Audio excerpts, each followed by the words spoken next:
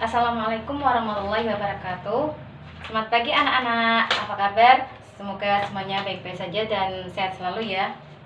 Nah, di sini Ibu akan membahas tentang pengertian paragraf, ciri-ciri paragraf, fungsi paragraf, dan jenis-jenis paragraf. Di sini ada yang tahu nggak apa itu paragraf? Coba tunjuk tangan. Oke, yang di sana, Elsa, coba jelaskan apa itu paragraf. Ya, benar. Ibu akan menjelaskan lagi ya.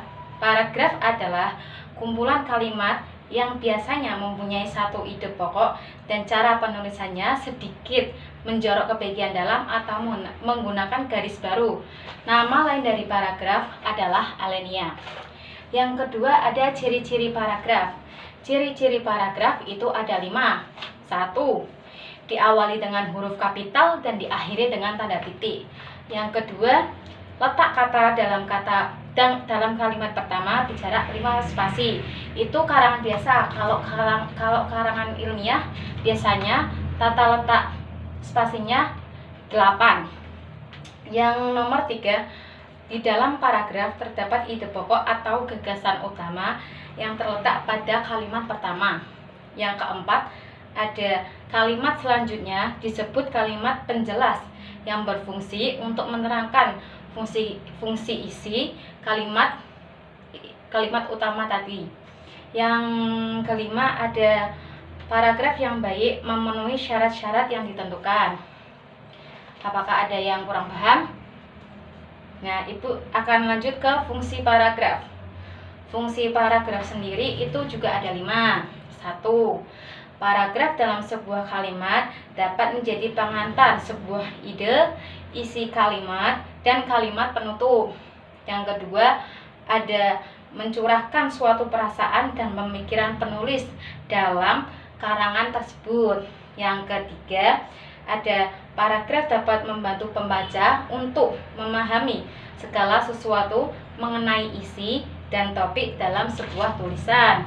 Yang keempat, memudahkan penulis untuk menyusun ide tentang tulisan yang akan dibuat. Yang kelima, dapat membantu penulis dalam mengembangkan gagasan atau ide dari segala sesuatu yang berhubungan dengan topik. Di sini coba ada yang mau bertanya, tunjuk tangan. Oke, Ibu akan lanjut ke jenis-jenis paragraf. Jenis-jenis paragraf itu ada berapa sih? Nah, jenis-jenis paragraf itu dibagi menjadi 2. 1. Menurut letak gagasan utama, paragraf dibagi menjadi 3. 1. Paragraf deduktif, 2. Paragraf induktif, dan 3. Paragraf campuran. Menurut yang kedua itu ada menurut tujuan. Paragraf dibagi menjadi 5. 1. Paragraf narasi, 2. Paragraf eksposisi, 3. Paragraf argumentasi, 4. Paragraf persuasi, dan 5. Paragraf deskripsi. Di sini Ibu akan memberikan tugas jenis-jenis paragraf. Apa yang disebut paragraf deduktif, induktif, dan campuran. Yang tugas kedua, jenis paragraf. Apa itu narasi, eksposisi, argumentasi, persuasi, deskripsi. Coba didiskusikan menurut kelompok masing-masing. Kelompoknya bisa dibentuk sendiri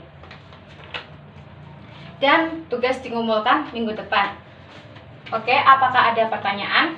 Kalau tidak ada pertanyaan, Ibu tutup pelajaran hari ini. Sampai jumpa pertemuan yang akan datang. Wassalamualaikum warahmatullahi wabarakatuh.